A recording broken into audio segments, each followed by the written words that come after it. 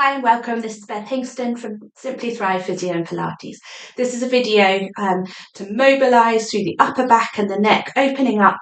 Really good for people who are desk workers, who do a lot of driving, have ankylosing spondylitis, because it's really focusing on the mobility of the upper back and the neck. Pilates is pain-free movement, so respect that. And when you're doing the movement, don't push into a sharp pain. And if you do respect that and you're committed to doing these exercises regularly, you'll find that you naturally have a greater range of movement, and the pain should subside in most cases. Good. Okay, so these can be done as individual exercises in between your day. That would be ideal if you're doing a lot of sitting, but could also be done as a routine as a whole. So we're going to have the string from the crown of our head giving us our length through our spine, and we're going to start rolling through the shoulders. Might be a bit crunchy and grindy if you're tight through those muscles, but that's okay. And then we're going to hunch the shoulders up and drop them down. Good. So our first move is going to be arms coming forward. So our arm opening move. We're going to breathe in, breathe out, gently engage into your core to open the arm, and we want to rotate through the chest. So our chest starts to point towards the side. We're opening, and you might feel a stretch coming around the pecs in the front of the shoulder there. That's okay. A stretching feeling is okay, but a sharp pain we don't want to push into. And now we're going to connect that in with our breath and our core. So let's breathe in, breathe out, gentle connection into your inner core through a squeeze and lift of your pelvic floor muscles. And we open, and then we breathe in and relax through our inner core as we come back. So I cue through pelvic floor, but we know that there's a connection between pelvic floor muscles and our deep abdominal called our transversus. And so there'll be an outflow into those muscles if we're recruiting through pelvic floor. So this is mobilising the upper back and just getting some movement and opening through the chest, where we can get tight if we're always often in an arm forward position. Let's roll through the shoulders again. So our next move might feel a little odd. I call it our chicken move. We're going to glide the chin forward and tuck back. Gliding forward and tucking back. So you might find that if you're driving a lot or sat at a desk a lot, that you end up in a chin poke forward position. And this is the antidote to that we glide back. You might feel a stretch at the top of the neck and at the base of the head. Glide forward, tucking back. It's not this movement, not a head up and down. Your chin shouldn't come closer to your chest. It's this plane, back and forward. So it's almost as if you're touching into a bit of a double chin as you come back here. Okay, then keeping that tuck on, we're going to rotate through the neck. We're going to rotate to the side and come back to the middle. And what we want to achieve with this move is that our shoulders don't move, but that we have a pure neck movement. And we keep that little tuck on because then our joints in our neck are moving really nicely and as they're designed to move.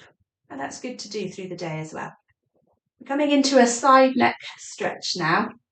We're going to take our ear towards our shoulder, and the arm of the same side comes over the top and applies pressure. You might already feel a stretch there, but we're going to add a little bit more by reaching through the arm. That sinks the shoulder down, reach through to the fingertips, and that's going to increase the stretch for you.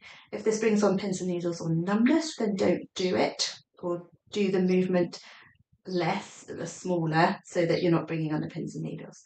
Come up and roll. Then we go to the other side, come over and reach, and let's breathe in this time. Nice deep breath in and slow breath out.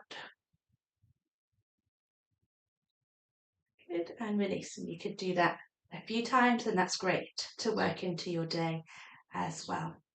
Okay, so our next move then is a stretch down the back of the neck. We're going to bring our chin into our chest, place our hands to the back of the head, applying a little bit of pressure without adjusting initially through upper back and not through lower back, so that you feel the stretch coming into the top of the neck. Then after some time, you can then roll a little bit through the upper back, but we maintain that lower back curve to bring the stretch on into the upper back, and we're going to breathe in and slowly out. We're then going to release the pressure, but keep the hands there and extend up through the spine, so we're back to upright. Then without moving through the lower back, we're going to arch backwards through the upper back and take the head back slightly. And when you're there, you could also try to pull your elbows back a little bit. That's going to bring a stretch into here as well. But here we're extending through the thoracic spine in the upper back, getting a nice stretch and movement into there. Then we're going to come back to neutral, come forward, apply our pressure, breathe in. Breathe out, you can sink down a little bit more, but keep that lower back position. And that brings you into the stretch of the upper back. And then we'll release, come up, keep chin tucked, lean over, breathe in. And come back up to neutral. Lovely, let's roll through the shoulders. So it's not by accident that I'm sat on the gym ball. It would be great if sometimes you were sat at your desk on a gym ball, but you want to think about the height of it and the position. Ideally, we want a 90-degree angle at the knee. It's a little bit deflated, so my angle's not quite right here, but hit a knee in line and then a right angle at the knee as well. That's ideal. And then if you're sat at your desk, likewise, you want to have, supported forearms, elbows kind of at a right angle, and if possible, supported wrists if you're typing. But it's great because you can move, it keeps your body muscles more stimulated and active, may even keep your brain more engaged. You can do a really nice pelvic tilting movement. If you're someone who, after you've been sitting for a long time, you feel like stiff around this area, then this is a really great move to be building in little and often through your day. So you're bringing the sacrum that's up here underneath you as you come into this tailbone's coming more between your legs, and then you're bringing the sacrum up. So sacrum's coming underneath and then upright. This is my sacrum. Into that move. So that's a really nice move. You could then increase it by kind of rounding and coming up. And this is much easier to do if you're sat on a gym ball for some of the day to build in just the movement. We're made to move. The body needs to move. It loves to move. And when we're not moving, then we start to get pain and muscle problems. Good. Okay, so our next move then, so shoulders up, drop them down. We're going to bring our arms up, but without adjusting through shoulders. So don't want this. We want this, sinking shoulders. And then we're just going to bring the arms backwards slightly.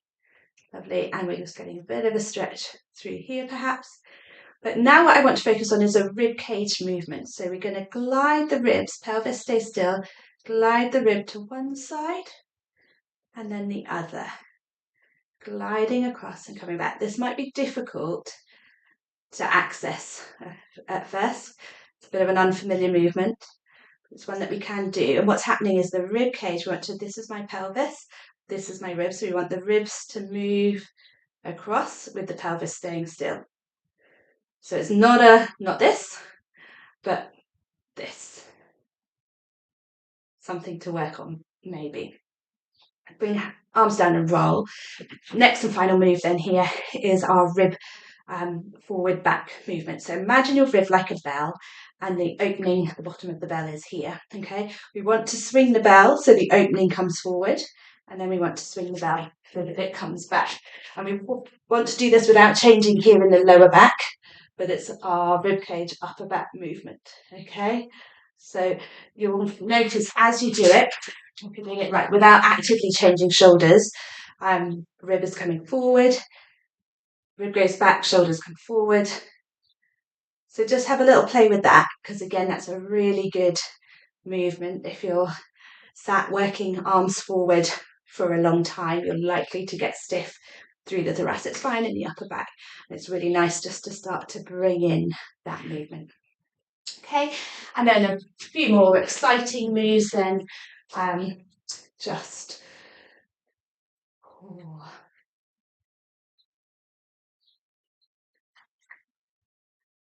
and then we're going to finish off with a standing move. Really nice move. It's our roll down. It does lots of things. Mobilises through the back. It mobilises our hamstrings. It's just a great move to build in regularly through the day. So our feet are hip width apart. We've got that string coming from the crown of our head and our slight tuck on our chin. Let's breathe in. Breathe out, gently engage into your core. Chin comes forward, head, shoulders. We want to roll through the back And we want to keep our bum over our heels, so not doing this, because then it brings the movement from our hips. We want the movement to come from the back. And if this is all you can do to start with, that's fine. You come back up and you work within that range. And like I said, as you committed to this and do it often, you'll gradually be able to come further without pain. So we're not pushing into pain.